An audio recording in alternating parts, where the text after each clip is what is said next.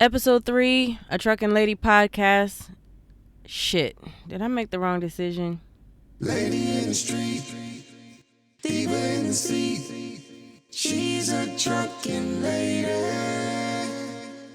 truckin' lady. Let's get into it, y'all. Hey, it's A Truckin Lady here. Thank you again for joining me for another podcast episode. And last time I left off with you guys, I was kind of getting a little bit into the training program. I had just gotten to Springfield. I went through the whole process of getting my permit, and I forgot my birth certificate. I didn't have the time to get my go back and get my permit the same day, so I had to wait a little longer. I went through my physical, did all that stuff.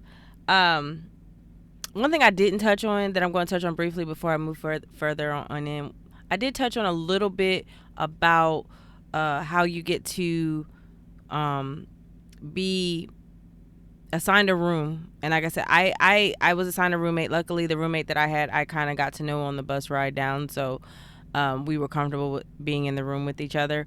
But it doesn't always happen that way. It sometimes you get assigned with someone you don't know. But if you are assigned a room, and this is for people that are really interested in going through the training process, especially with Prime, make sure that you keep your, I didn't have this issue, but I'm putting it out there that there were people that have had this issue. Your personals, you always want to carry with you. So if you're bringing an iPad, a laptop, money, credit cards, all that stuff, keep it in a backpack with you when you're not going to be in the room. Not saying your roommate is going to be, not saying your roommate is going to be a thief. Not saying that, not to expect anything to happen, but you don't know somebody, and just to protect yourself. So, but it is an adjustment period. If you're not used to being in a room with someone you don't know, you could snore and be disturbing to them. They could snore and be disturbing to you. So, the biggest thing is that you have to remember that, you're going to also be in a truck with someone you don't know. So this is kind of going to get you a little bit more comfortable with being in somebody, like, space with somebody you don't know. So going into, after I had gotten my permit and all that stuff, I was cleared to go to the safety course, because unless you get your permit and all that stuff, you still can go to the not safety course, but the safety meeting they have every Friday at Prime, free breakfast and all that stuff. Speakers from all over the terminal and throughout the company, guest speakers, all that stuff come. And it gives you a little bit more of a view into what Prime is, what they have to offer. They talk about safety numbers, accidents, health, taking care of your truck, securing loads. They cover a really vast array of topics in the safety meeting, and I don't think there's other companies that do that. And the biggest perk of it is even the people that you don't hardly see, like the higher ups, is like we like to call it, like the owner of the company. He started the company, Rob Lowe. He started the company. He's at majority of these meetings, and he speaks to you. He hangs out with you after the meetings. He even plays basketball, because there is a basketball court at Prime, and he even plays basketball with drivers in his downtime, and he's actually very active. And the thing that I like about that is, he's a millionaire, and he is very low key, very chill. Like, I've met the man personally a few times, and he comes up and just shakes your hand and says, welcome or whatever. You just go walk up and talk to him, as if he's your friend. Like, and I love that about the Prime atmosphere for the most part. Is I really haven't run into a lot of people or issues with people just being nice and cordial, and just you can just walk up to anybody and anybody's willing to help. They have a true open door policy. Even the higher ups, they don't, I know they have offices, but the higher ups don't even they're really out, and they're mingling, they're out, you see them out socializing with everybody. And even though there's a hierarchy, they don't act like they're like higher up than everybody else. You know, they're not always like tying themselves up with meetings, or they have to go here, they have to travel, they have to do this. They are making themselves known. The open door policy I love is like an open floor plan. There's no offices. It's like cubicles, but the cubicles are low, but they have like really good technology and equipment for the in-house employees, like people that work in the payroll or the fleet managers, or you know, people that work in sales, or different offices where people that are working at a desk and they're sitting there for 8 or 9 hours a day. They have the desk where you can actually pull it up and stand, and or you can sit down. Another thing is they have the the dual monitors, so they have, you know, they really treat their in-house employees the same as their drivers, with updated good great equipment. So once I had a chance to get a tour of that atmosphere, I was like, oh, I like this. This is really nice. You know, this is a really nice, like they really care about the company itself and every single person associated with the company. It's not just a terminal, and you just pull in, you just, you know, and it's just like a truck. Like I don't say, yeah, it's not like really like a truck stop, where it's like you're there and then you're there for a purpose and you go back to your truck. Like they make you want to just like stay in the terminal because they have so many amenities. They have a spa, they have a daycare for the in-house employees, they have a company store, 20, like this is just the Springfield terminal, but they have a 24-hour cafeteria, they have bunk rooms, they have showers, they have washer and dryers, they have a movie theater. They had a yoga studio, but I think that got closed down because of COVID. They have a driver's lounge. They have like air hockey, not air hockey, ping pong, pool table.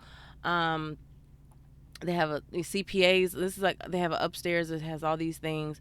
Downstairs they have so many things, and it's just an atmosphere of where, you know, they know that we are as drivers away from home, so they try to provide amenities that are affordable for us or free to us. The washer and dryers are super cheap. The showers, the bunk rooms are free. You just only get the bunk room for like, you have, you know, you can't check until like 11 a.m. You have to check out by 7 a.m. the next morning, but it's free. It's a free, you know, place to sleep if you don't want to sleep in your bed. The food is really good and really cheap there. Um, they just have this a different, it's a different terminal, and they just built a new one in Salt Lake City that's very comparable to the one in Springfield. The Pittston one is, they all have spas, they all have gyms, not gyms but fitness centers. Salt Lake and Springfield are the only ones with gyms right now. um, they all, but like I said, they all have spas, they all have fitness centers, they all have company stores, they all have cafes. Now the cafes at the other two terminals in Pennsylvania, Pittston, Pennsylvania, and Salt Lake City, Utah, they don't have 24-hour cafes right now. As at, well, at the time of this recording, they don't. And but they do have the cafes. They have, you know, the one in, they all have bunk rooms, they have washer and dryer, showers, all the same, those type of amenities. So they try to keep things pretty much similar, you know. So it doesn't feel like, oh, I'm at this terminal, it's not as good. When I first started, the Salt Lake terminal was not, didn't have any amenities like that at all. And it was basically, it reminded me of just like you're just going to, like if you think of a truck terminal, you think you're just going there to do anything that deals with a truck. So you just have enough amenities for mechanics and like in-house employees, but there really wasn't anything for drivers. Meaning like bunk rooms and showers and stuff like that. So they really have put their money into invested their money into the company, and they invest their money into the employees, associates, and drivers, all the same. So that's one thing I really like about that. So after I got the tour and everything, it was basically free for the day. So I'm thinking, I'm waiting for, you know, just waiting for my trainer to call me. So Friday comes and goes. I didn't get a trainer, so I was like, "Dang, man!" But our stuff still doesn't stop. We still have to meet with the weekend instructors, and they kind of just take us to back to the simulator room. We have to learn, you know, more shifting and driving in winter weather, because we were going into the winter season. Being though I went in October of 2017. We had to work on our pre-trip inspections, learning what's under the hood, learning just how to connect to a trailer, not actually driving it, but like just learning, things to look for, stuff like that. They would talk to us about. We didn't actually get into a truck until we had a trainer. So, um, Saturday we are basically just doing studying and stuff like that. CBTs. We still had a crap load of CBTs to do. I talked about that, I believe, in the first or second episode. And computer based training, just learning all these different things that we needed to learn before we got our trainer. And then Sunday comes and goes. Same thing as Saturday. So, they still giving us our free meals. We still have a place to sleep, but it's like at the same time, not getting paid. While you're in your permit status, you're not getting paid.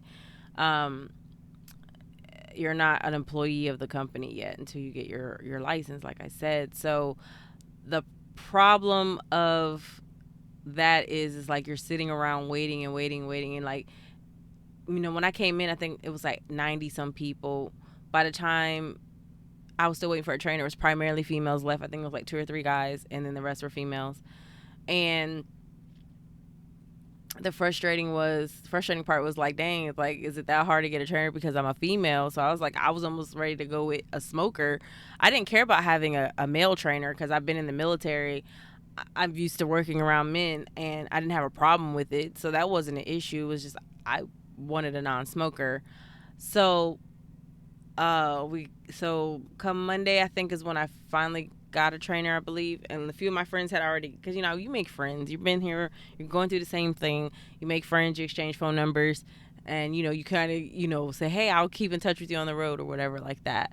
And so, because it's almost like college, because you're like in a room, you're sharing, same experiences, that type of stuff. You guys are networking and stuff like that. So that was the fun part of the experience, for sure, is meeting people, like-minded people going through the same thing. So back to what I was saying was, so Monday, that Monday comes, and I think I finally get a trainer, but it didn't go, like, I didn't get a call. We were sitting in the simulator room, and a man walks in, and he was like, he talked to the instructor, and I guess he was saying, hey, I heard y'all needed students. I'm ready to take one. I don't know what the conversation was. They were just talking in the corner. So he basically, after a few minutes, he waved him over, told him to come on over. Well, not waved him over, but he told him to come on over and talk to us. So he kind of walked to me and this other young lady that was sitting off by ourselves. We weren't sitting off like by ourselves, but we were on the simulator.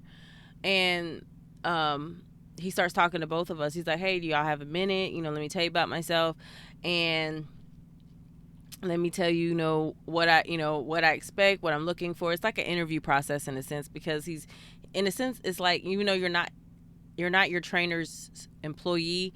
You're still on something that most likely, if they're a lease operator or a truck owner, they're responsible for anything that happens to that truck. So the good practice, even if you're a company driver, is to interview, because you want to kind of get to know, even though they're supposed to do these surveys to match you up. I don't know if, because at that point in time there was nobody to match. Now it was just like, hey, here's a list of students that are left. You can go, try to choose one that's closest to your liking, or talk to someone like that makes you feel comfortable. So basically, he introduced himself. We told him a little bit about ourselves. Then he said, okay, come on, let's go to my truck. So we're walking outside, and he's like, so, and where we're at, there's a lot of the bobtails. What a bobtail is basically a tractor without the trailer behind it. So there's a lot of bobtails parked, because it's part of their the campus inn is what it's called. It's part of the hotel. And mind you, it's not like a 5-star hotel. You're getting a free room. It's like comparable to like a Days Inn or something like that. So the trainer asked me, he was like, which one of these trucks do you think is mine? And it was like different color trucks. It was white trucks, blue trucks, red trucks. It was like 7 or 8 of them that he pointed, and was pointing in the general direction of. So I said, I pointed at one, and the girl that was with me, she happened to be my roommate, she pointed at one, and I happened to point to the correct truck. He's like, why'd you pick that truck? And he didn't say it was the correct truck at the time. He said, why'd you pick that truck? I said, I picked that truck because I really feel like that just feels like that's something that stood out to me. He's like, good job, you picked the right truck. So we get in the truck, and I'm gonna tell you, when I stepped up into that truck, I was so overwhelmed by how large this truck was. I was like, oh my god, this truck is huge. It's huge. How am I going to to handle something this massive? That's what she said. It doesn't look big from the outside. I mean, it looks big, but it doesn't look as big as it does until you get in the inside. When you come inside, it's, a bunk beds, you got, closets. I mean, it's enough to sleep two people. So anyway, he he's talking to us, telling us, things that we need to learn and be prepared for, what to expect. He was telling us his expectations. He was asking us questions. He was former military, and he, is a lawyer. He's just not practicing, which I found that was like awesome. I was like, oh man. So, truck drivers are not just uneducated people. That's misconception number one, that I'm really going to start getting into my misconceptions. Truck drivers are not dumb. Uneducated people, we're not, and I'm putting myself in this because I am a truck driver. We're not, I'm not gonna say we're not all not, but the majority of them out here are not child rapists or murderers or people out here doing wrong stuff. You're on with a trucking lady here, and that means you're listening to me through YouTube, Spotify, Apple Podcasts, Google Music, wherever you get your podcast from. In my podcast, I've shared so far my experiences as a trucker coming into this industry, and I have so much more to share. But if I've inspired you to take that leap to become a truck driver yourself, I want you to join me here at Prime. Here, you will get your training, your experience, knowledge, and expertise from some of the greatest drivers out there on the road, not to mention the safest. If you don't believe me, you can look up primeinc.com. Contact a recruiter at 1-877-491-1108. Give them my driver referral code, ALLSIA. We hope to see you rolling next to us on the road.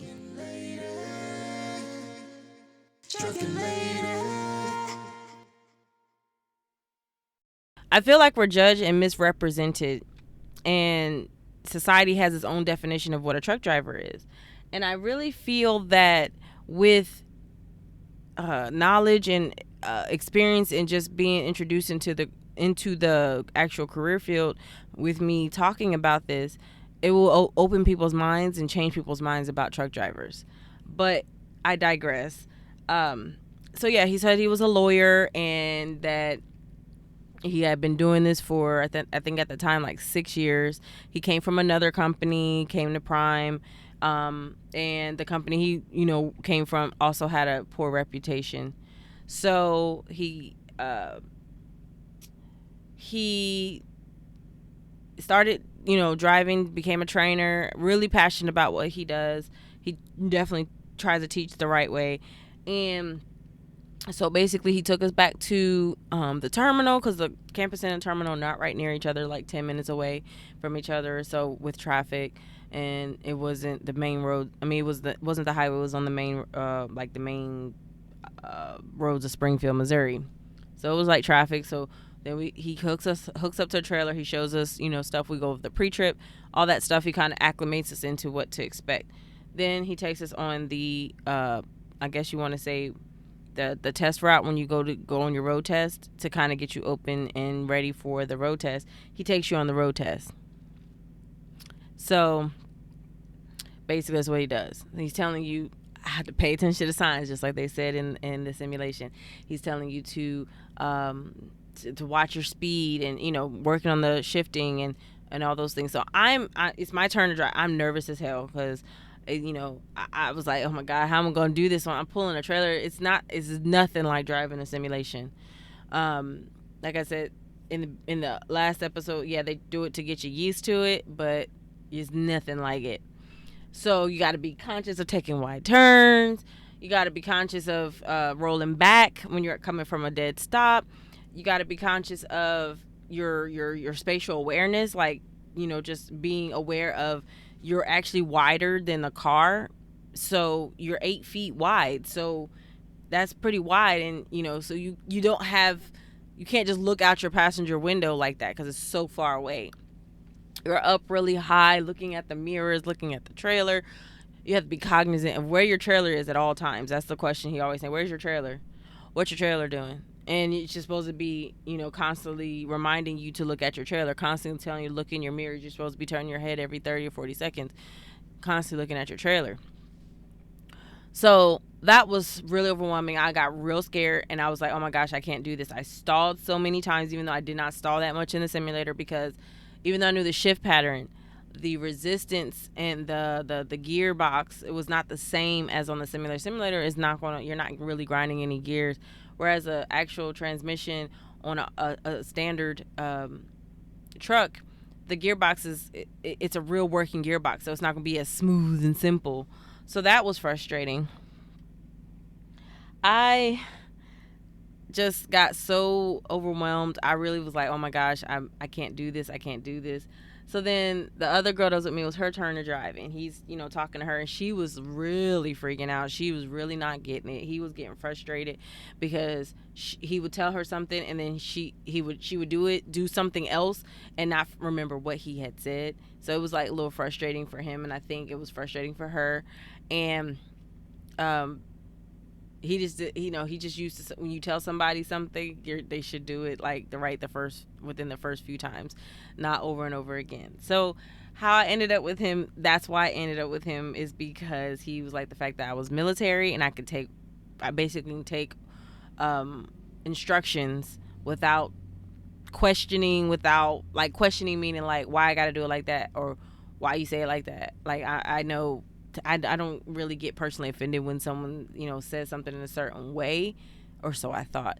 That's going to be for a future episode. But that was really a hard lesson, getting in that truck and trying to drive it, but I did it. And I don't regret it at all. I really don't regret it at all. It was challenging at first, really remembering that I'm pulling a trailer.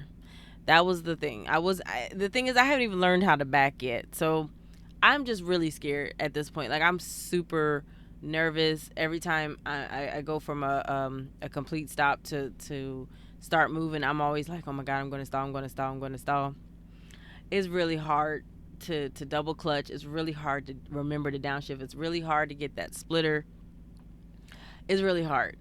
But clearly I've done it. I made it. But I'm gonna say, if anybody out there is listening right now that's going through any trucking training program, prime or not, um, don't give up.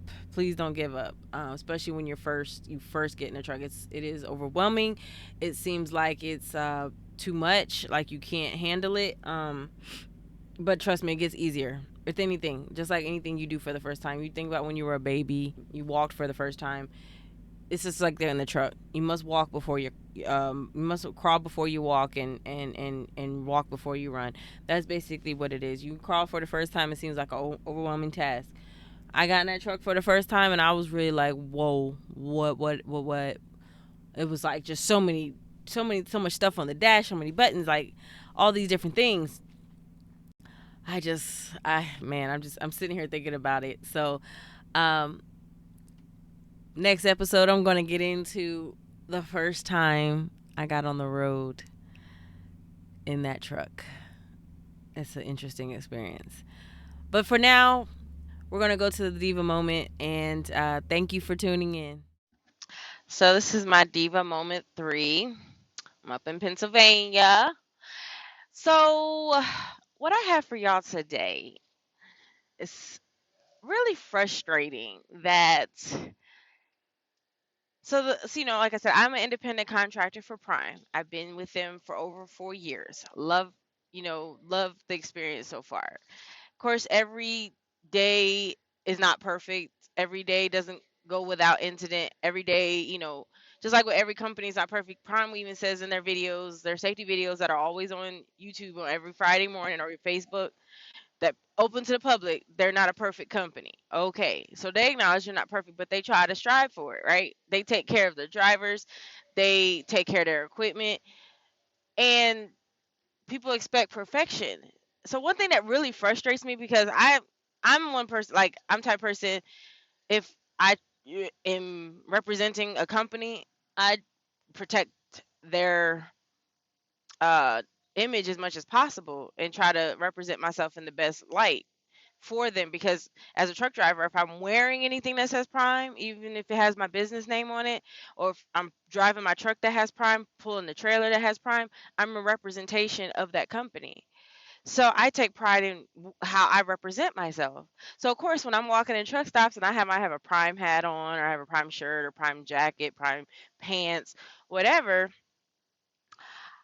people be like, "Oh, so how they treat you over there? Do you like driving for them?" No, I'm just wearing this for kicks and giggles. You know what I mean? Like I don't understand like why people feel the need to come up to ask me. Oh, I used to work or tell me, not even just ask me or tell me I used to work for them, and they are blah blah blah blah blah. They tell me all the negative stuff. Like, okay, it didn't work for you, but it's perfect for me. It works for me. So why you feel that your opinion is going to change? This damn wind, man. I'm like super heavy, and this damn wind is pushing me around like I ain't a damn truck right now. I feel like a damn windsock in the wind. But anyway, I digress. But why do you feel your opinion is gonna make me change what I'm doing, who I'm working for, all that? Like I'm just in the truck stop, mind my business. Like I've said before, I don't go into truck stops and talk to a whole bunch of people. Like I do not do that. That's not what I do. I actually just for sure just keep my head down. I'll speak, hey, how you doing? But I don't have like full blown conversations unless I see another, like a fellow prime driver, or I see, another female driver or something like that. I might engage in a little bit of conversation, excuse me. But by no means is it an open invitation when you see me wearing Prime to ask me how I like the company, or tell me your negative opinions about the company. Oh, they have governed trucks. Oh, they a mega company, or they're a mega carrier, or that, blah blah blah blah blah. Okay, fine. Go work for X, Y, and Z company if that's what you want to do. But why do you feel like you have to come out your way to tell me your gripes and grievances with a company that you're no longer associated with?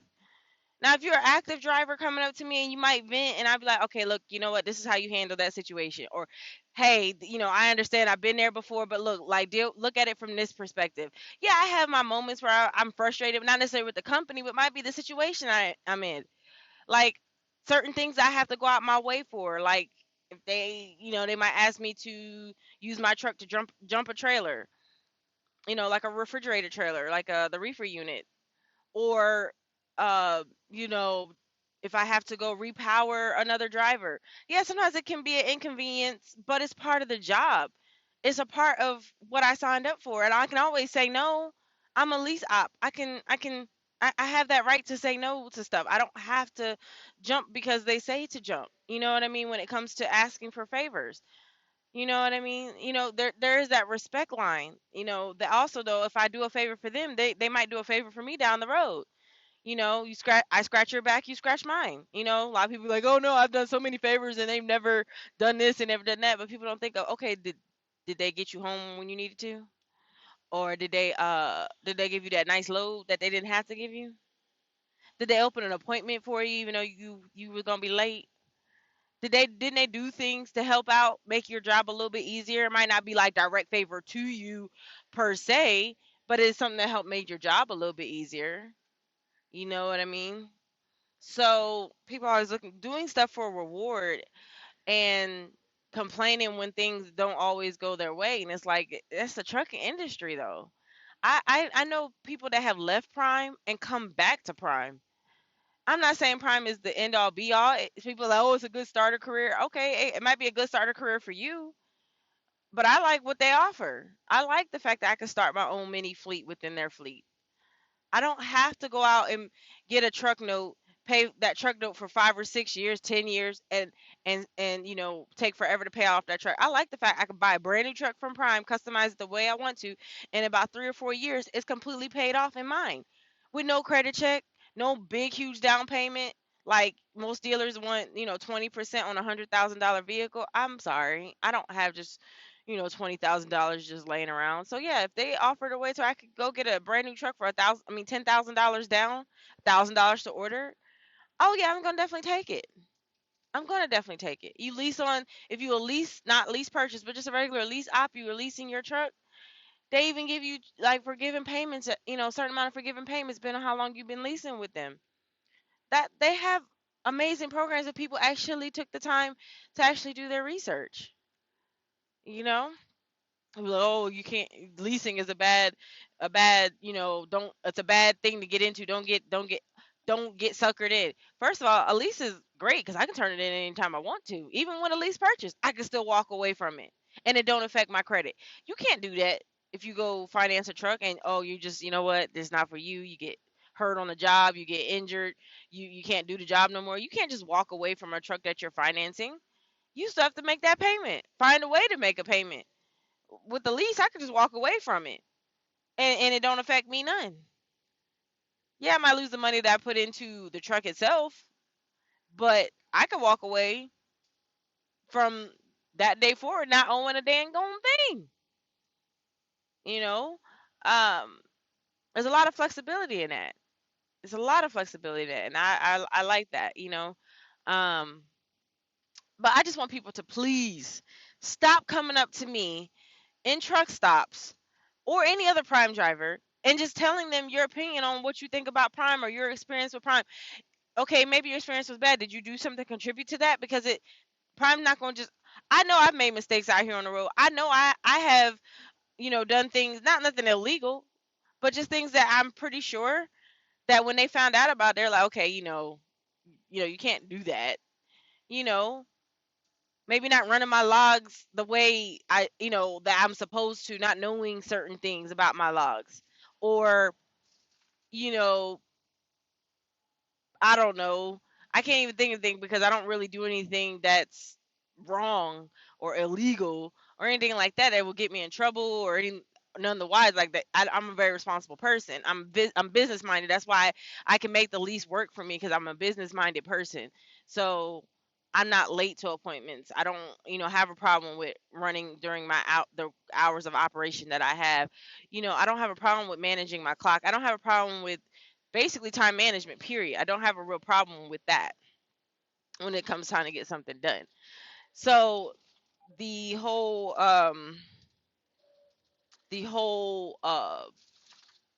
you know Prime let me go because of this and this has to be something that you're contributing to it, because they give opportunities after opportunities. Now I have had they have a thing called critical events where it's basically like braking too hard or going around the curve too hard, too fast or something like that, and it has like a roll stability or something like that. I have had issues with that sometimes. Sometimes it's not my fault. Sometimes it might be because I'm not actually, like, sometimes you get in this road on this road. Sometimes you do zone out. I'll get into my mind, start thinking, or whatever. But the thing is that, and so sometimes I might be delayed on coming to braking, so I might brake too hard, or might not. I could have maybe taken a curve a little bit slower, but by no means am I they if I get too many of those, yeah, they might say, okay, well, these are the options that we're going to do. We're going to have to do this, we're going to have to do that. But by no means am I, if I get them, they're going to be okay, well, now you can't work with us no more. Now unless you get, like, you have multiple accidents. Like, I haven't had no major accidents. I've had one accident in the last 4 years, and the police officer said that technically it wasn't my fault because it was documented that it was not my fault, but I did still hit somebody. And not with my truck, but my trailer did. So, and Prime knew about that. They didn't they didn't fire me for it. They didn't say, "Okay, well, they looked at all the information. They got the information from the police report, and of course I got a counseling, let them know, hey, they let me know, hey, you got to be careful. This is, next time do this, this, and this. They have a safety department. They have, a claims department that investigates these things for you, and that takes the stress off of me. So I'm listening to things that they do. A lot of people don't think about things that help out a driver out here. So when something goes wrong with a driver and they say that, oh, Prime did this, Prime did that, how about what did you do to contribute to it? Why don't you like Prime? If you've never even driven for Prime, are you going off of what other people say? I can say the same thing about all these. There's a lot of trucking companies out here that I can say the same thing based off of videos people post, all this stuff. But until I truly experience it for myself, I can't 100% say that's fact. Only I can go off, well, this video showed this. But the video might only show that moment. It don't show what led up to the before and the after. So I'm not going to sit there and bash somebody who they drive for.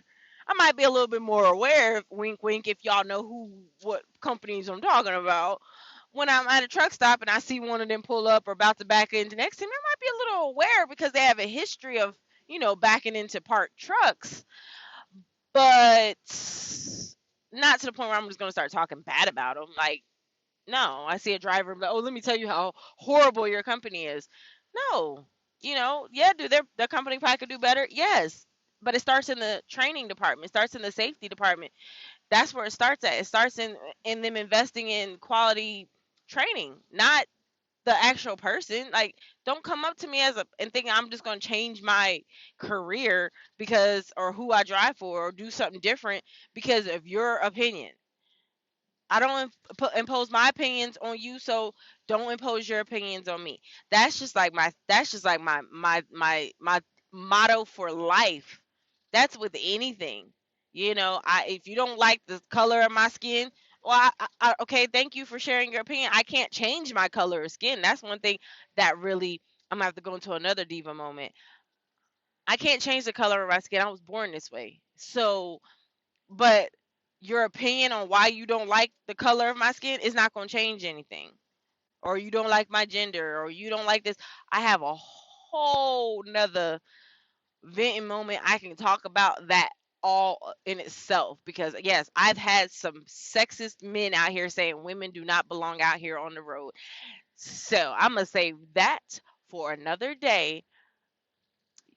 Y'all be safe. It's a trucking lady out here. What's your 20? Truckin' lady, lady in the street, diva in the seat.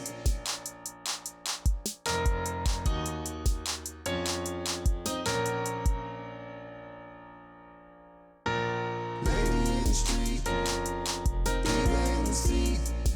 She's a truckin' lady, truckin' lady. And misrepresented. We're misjudged, misrepresented. So